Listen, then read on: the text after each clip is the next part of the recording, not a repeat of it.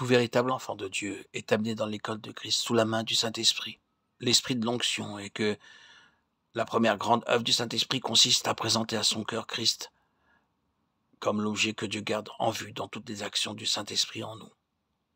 C'est ainsi que Christ est avant tout présenté et attesté par Dieu comme l'objet de son plaisir, et que le Saint-Esprit fait connaître ensuite le dessein divin lié à cette révélation intérieure du Seigneur Jésus, à savoir que nous devons être rendus conformes à l'image du Fils de Dieu. Le Saint-Esprit, premièrement, prend la peine de faire connaître par l'expérience à tous ceux qui sont sous cette discipline, car telle est la signification d'un disciple, de leur faire connaître de manière intérieure, dans leur propre cœur, la nature entièrement autre de Christ, entièrement autre de la leur. Puis, il agit aussi pour nous amener à la place où nous réalisons combien notre situation est impossible, à moins de miracles de Dieu. Comment par nous-mêmes nous ne pourrions jamais être semblables à Christ?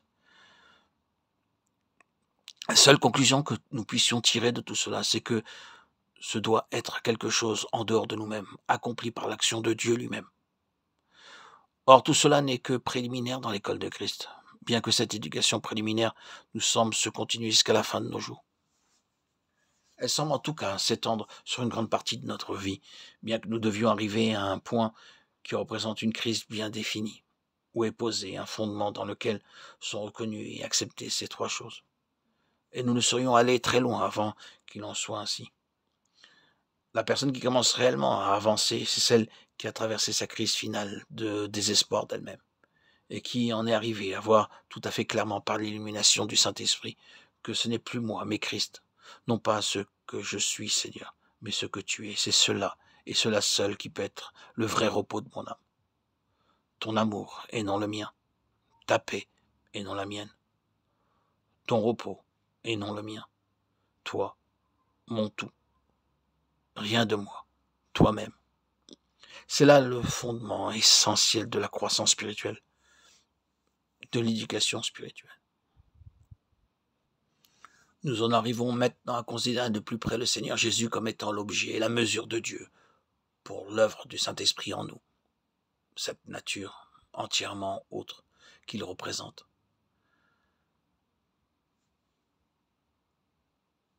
Et de nombreux passages des évangiles doivent certainement avoir joué un rôle dans l'éducation des disciples. Il y eut en premier lieu l'affirmation ou la déclaration faite aux Juifs, une chose terrible à dire en présence de ses disciples. Il y avait là des Juifs qui avaient fait profession de croire. Le Seigneur soulève pour eux la question de l'état du disciple. Il dit à ces Juifs qui avaient cru à lui, il n'est pas dit qu'ils aient cru en lui. Si vous demeurez dans ma parole, vous êtes véritablement mes disciples, vous connaîtrez la vérité vous affranchira. Ils lui répondent aussitôt en se réclamant de leurs droits. Nous sommes la postérité d'Abraham, nous n'avons jamais été les esclaves de personne. Il insiste sur cette question de la vérité liée à lui-même. Si donc le Fils vous affranchit, vous serez réellement libre. Vous connaîtrez la vérité vous affranchira. La question de la postérité à laquelle ils appartiennent est soulevée, et associée à cela, nous avons cette déclaration. Ceux que le Fils affranchit sont réellement libres. Comprenons-nous bien cette pensée? Connaître la vérité, c'est connaître le Fils. Être affranchi par la vérité, c'est être affranchi par la connaissance du Fils.